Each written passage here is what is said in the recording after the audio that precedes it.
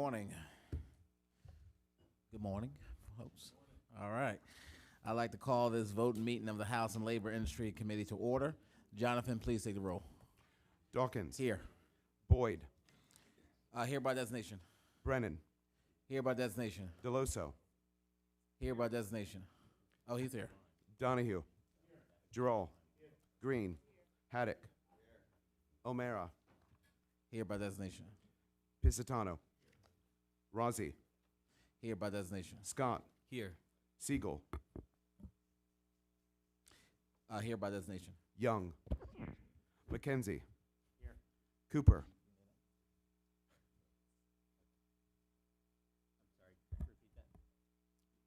Cooper. Here by designation.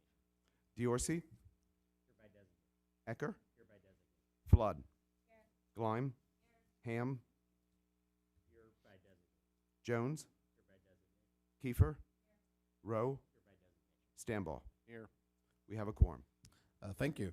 Our first bill on the agenda is Senate Bill 1232, printer's number 1812, sponsored by Senator Penninchuk. I would like to note that this bill's language is based off a bill that this committee in the House passed earlier this session, House Bill 760, introduced by Representative Piscitano. Is there a motion? I'll make the motion from Representative Piscitano to bring up Senate Bill 1232, second by Representative Donahue. Ryan, please explain the bill. Senate Bill 1232, printer's number 1812, requires workers' compensation benefits to be paid via direct deposit, except in limited circumstances. Thank you. Is there any discussion on the bill? Sure. Chairman. Thank you, Mr. Chairman. Two things that I would like to discuss. First of all, Senator Pennycook messaged the committee she wished she could be here, but had other Senate business to attend to. And so on her behalf, she asked that I just share some remarks. She wished to convey to the committee that the bill seeks to modernize the Workers' Comp Act by establishing a regulatory framework to govern payment of benefits by direct deposit. The constituents who like to utilize direct deposit on their daily basis is growing in number, and she says that currently more than 95% of workers do receive their pay that way. At the same time, paper checks for individuals that don't want to receive it that way and would prefer to receive a direct deposit. Obviously, paper checks can be delayed or lost or misplaced. So she feels this is a benefit for them.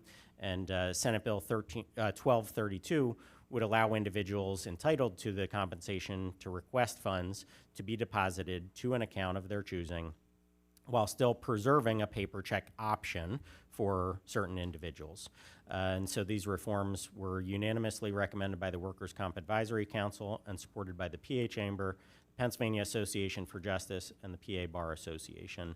And she thanks stakeholders for their commitment, comments, and input. So that was from Senator Pennycook, who unfortunately couldn't join us. And I would say this in addition, I do support the legislation.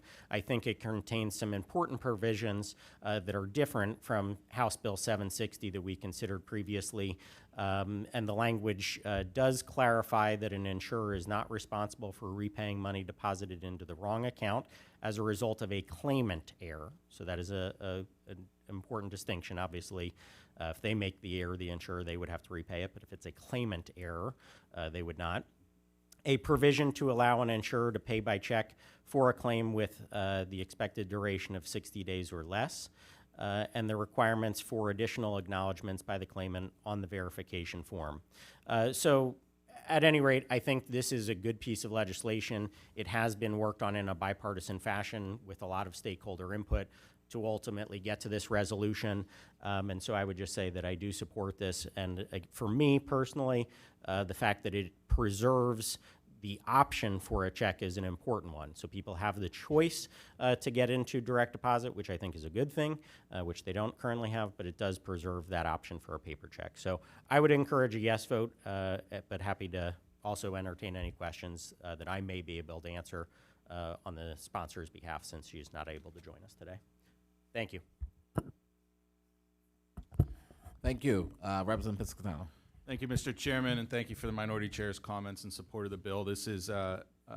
a Senate companion to our House bill, and many hours went into compromise working on this. Thank you to the staffs and to the stakeholders, both on the Senate and the House side, for getting us to a point where we can hopefully have a bipartisan vote here and get this done for claimants and make it a little bit easier for people to get the benefits that they deserve. So thank you. Thank you. Representative Kiefer? I have a question regarding the paper check. A payment made on a claim with an expected duration of 60 days or less may be made with a paper check unless it says the insurer agrees to pay by direct deposit, or the claimant previously received compensation by direct deposit and verifies that the account is still valid. So why just the 60 days for the paper check? There may be individuals that don't have bank accounts or are challenged that way and want a paper check. Is there a reason why it's just 60 days that they may get the paper check? Does that have something to do with the average time frame of claims? So, Representative, we can actually find out exactly why 60 days was chosen for the default, but we can get back to you because in the actual language, it doesn't clarify why the 60 was chosen as the option to have the paper check, but if the minority has a better answer.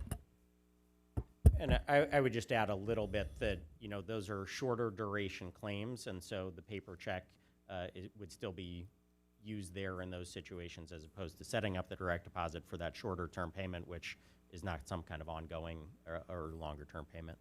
But a paper check they wouldn't have to provide a paper check if it's a longer duration? No, that is still preserved, so Okay. they have the option. Just making sure it's still yeah, Yep, okay, that's thank right. you. Thank you. Any other questions? All right. So we got here. Well, I would just urge all members to support this bill. As noted, similar legislation has passed this committee in the House earlier this session. Is there any negative votes on the bill? All right. Hearing none, Senate Bill 1232 is unanimously reported as committed from the House and Labor Industry Committee. We're going to move on to the next bill on our agenda. We have Senate Bill 1274, printer's number 1773, sponsored by Senator Robinson. I'd like to note that this legislation is nearly identical to House Bill 2566, introduced by Representative Haddock, that we have voted out of this committee last week. Is there a motion? Motion made by Representative Haddock, second by Representative Green. Ryan, please explain the bill. Senate Bill 1274 modernizes the Sign Language Interpreter and Transliterator State Registration Act to permit alternative education pathways, restructures testing and educational requirements, requires an annual review of approved alternative pathway programs, requires video interpreters to be registered, and amends existing exemptions. Thank you. Is there any discussion on the bill? Representative. Thank you, Mr. Chairman, and thank you for calling up this legislation.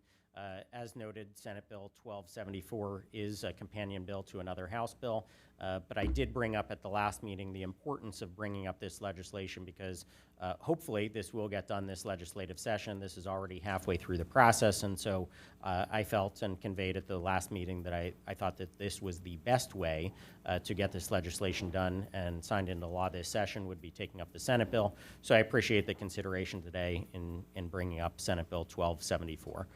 Thank you again. Thank you. Representative Gleim. Thank you, Mr. Chairman. I was a yes in committee on the House version, but since that time, I've actually been able to do some research on this bill, and I'm going to be a no on it. And I'll tell you, I did talk to some video businesses that do the translating, and this bill was brought up in the state of Maryland and passed. And since that time, they have found that it actually decreased the amount of certified translators that they had, and translating in general, especially in the school systems, because they could video in if their translator was sick or not there, and they didn't necessarily have to be certified to do that, number one. Number two, I also talked to the ARC in my area.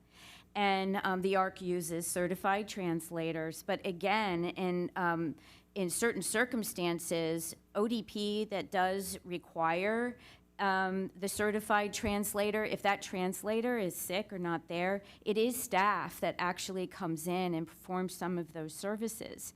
So I would like to actually, before I vote yes to this, do a little more research on it, and we'll see where I am on the House floor, but in committee, I'm going to be a no for now. Thank you. Any other question? Representative Haddock. Thank you, Mr. Chairman. Yes, this is a companion bill to my House bill, and I can tell you the stakeholders in Pennsylvania, we've been working on this in both chambers for a few months, and I can't speak for another state and what their rules and regulations are, but in Pennsylvania, we reached out to many stakeholders, and part of the delay was we wanted a buy-in from our stakeholders here in Pennsylvania. This bill's been modified, and this is a work of months of reaching out and communicating with our Pennsylvania translators. So I would ask for a positive vote and supporting this bill. Thank you. Thank you. Is any other folks want to be recognized? Well, see, now I just want to just urge all of our members to obviously vote for this legislation. I think it's been a testament of this committee, bipartisan effort to try to get bills moved through this committee that both reflect a Republican and Democratic perspectives.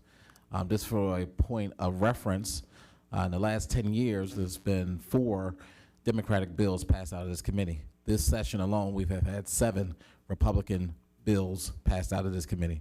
So that is a testament to the work that we're willing to do and the work we're going to continue to do, because we do believe good legislation does not have an R or D next to it.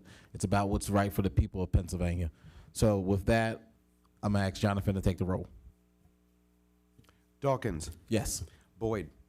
Yes by designation. Brennan. Yes by designation. Deloso. Yes. Donahue. Yes. Gerald. Yes. Green. Haddock. Siegel. Yes. O'Mara. Yes by designation. Piscitano. Yes by designation. Rossi. Yes by designation. Scott. Yes. Young. Yes. McKenzie. Yes. Cooper. Yes by designation. Diorsi. Yes by designation. Ecker. Yes by designation. Flood. Yes. Glime. Ham. No by designation. Jones. Yes by designation. Kiefer. No. Rowe. Yes by designation. Stanball. The bill passes. Thank you. Senate Bill 1274 is reported as committed from the House and Labor Industry Committee. Seeing no other business before the committee, this meeting is now adjourned. Thank you.